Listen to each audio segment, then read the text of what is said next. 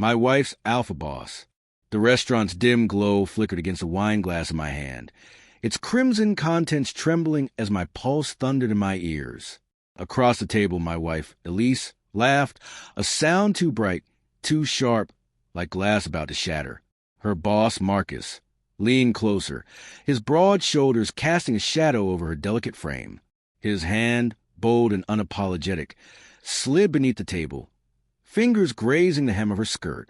My breath caught, a sick lurch twisting my gut. "Leave," he said, his voice low, a predator's growl. "She's mine now, or face what comes next."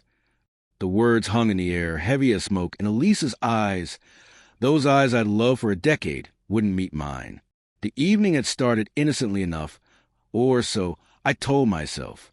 Elise had insisted on this dinner, a chance to network, she'd said, her voice lilting with that nervous excitement I hadn't heard since our early days. Marcus was her new boss, the charismatic head of the marketing firm where she'd landed her dream job. I'd seen him at company events, tall, commanding, with a smile that disarmed and a gaze that lingered too long. I brushed off the unease, chalking it up to my own insecurities. Elise was radiant, her ambition a fire that warmed us both. Why would I doubt her? But the signs were there, whispering in the quiet moments. Her late nights at the office, her phone angled just out of view, the way her laughter softened when she spoke of Marcus. I'd rationalized it all. Her career was demanding, her success was ours. Yet, as we sat in that upscale restaurant with its clinking cutlery and murmured conversations, the air felt thick, charged with something I couldn't name. Marcus's eyes hadn't left Elise all night, and her cheeks flushed under his attention, a detail I tried to dismiss as the wine's fault. I gripped the stem of my glass, the cool crystal grounding me as my mind raced. Was I imagining the way his hand lingered on her wrist when he passed her the bread basket, or the way her fingers brushed his when she laughed at his joke? My heart pounded, a dull ache spreading through my chest. I wanted to scream, to demand answers, but the words stuck, tangled in a web of doubt and denial. What if I was wrong? What if I was a jealous husband, seeing betrayal where there was only camaraderie? "David," Elise said, her voice pulling me back. Her smile was tight, her hazel eyes flickering with something guilt. "Fear? You're awfully quiet. Everything okay?" Her hand reached for mine, but it felt rehearsed, like an actor playing a part. "Fine," I managed, my voice hoarse. Marcus's gaze flicked to me, a smirk curling the corner of his mouth. It was a challenge, a dare. My stomach churned, and I forced a smile, the effort burned in my throat. The waiter arrived, breaking the tension, but the clatter of plates couldn't drown out the questions screaming in my head. As the meal progressed, the restaurant's ambience, soft jazz, the scent of roasted garlic, the warm glow of chandeliers, felt suffocating. Marcus dominated the conversation, his anecdotes dripping with confidence, each one drawing Elise's laughter like a magnet.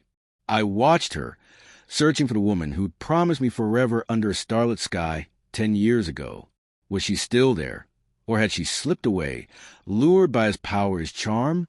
Then it happened. Marcus leaned in, his voice dropping to a conspiratorial whisper, and his hand disappeared beneath the table. Elise froze, her laughter cutting off mid-breath. My eyes followed the movement, my heart slamming against my ribs. His fingers, deliberate and unhurried, traced the edge of her skirt, a silent claim. I waited for her pull away, to slap his hand, to do anything to prove me wrong. But she didn't. Her lips parted, a soft gasp escaping, and her eyes darted to mine, wide with panic. Or was it shame? "Leave," Marcus said, his voice slicing through the haze. "She's mine now, or face what comes next." The words weren't loud, but they landed like a fist, knocking the air from my lungs. The restaurant faded, the chatter, the music, the clink of glasses, until it was just us three, locked in a moment that would unravel everything. "Elise?" I croaked, my voice barely a whisper. Her name was a plea, a lifeline. She looked at me, her face pale, her hands trembling in her lap. "Is this true?" The question burned, raw and desperate, exposing the fear I'd buried for months. She opened her mouth, but no words came. Her silence was louder than any confession. Marcus leaned back, his smirk widening, as if he'd already won. Rage surged hot and blinding, but beneath it, grief clawed at me, tearing at the seams of our life together. I saw our mornings tangled in sheets, her laughter over burnt toast, the way she'd curl into me during thunderstorms. Was it all a lie?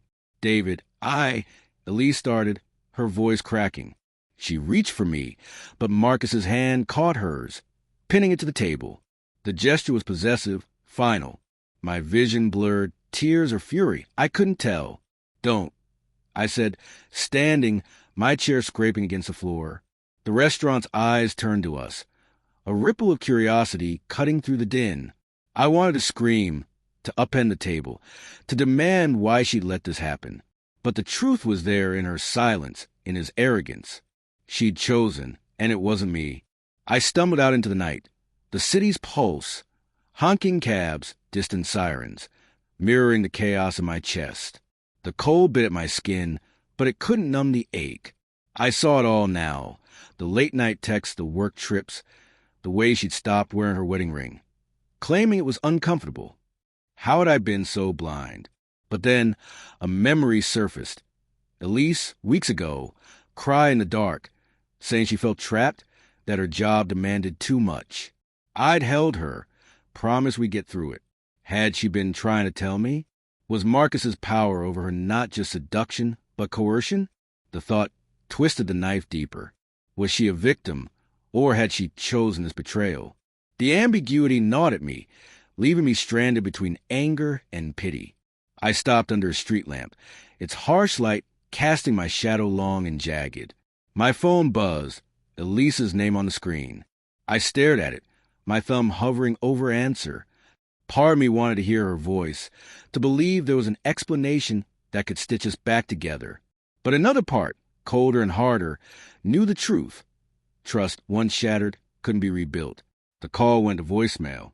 Her voice, soft and broken, filled the night. David, I'm so sorry.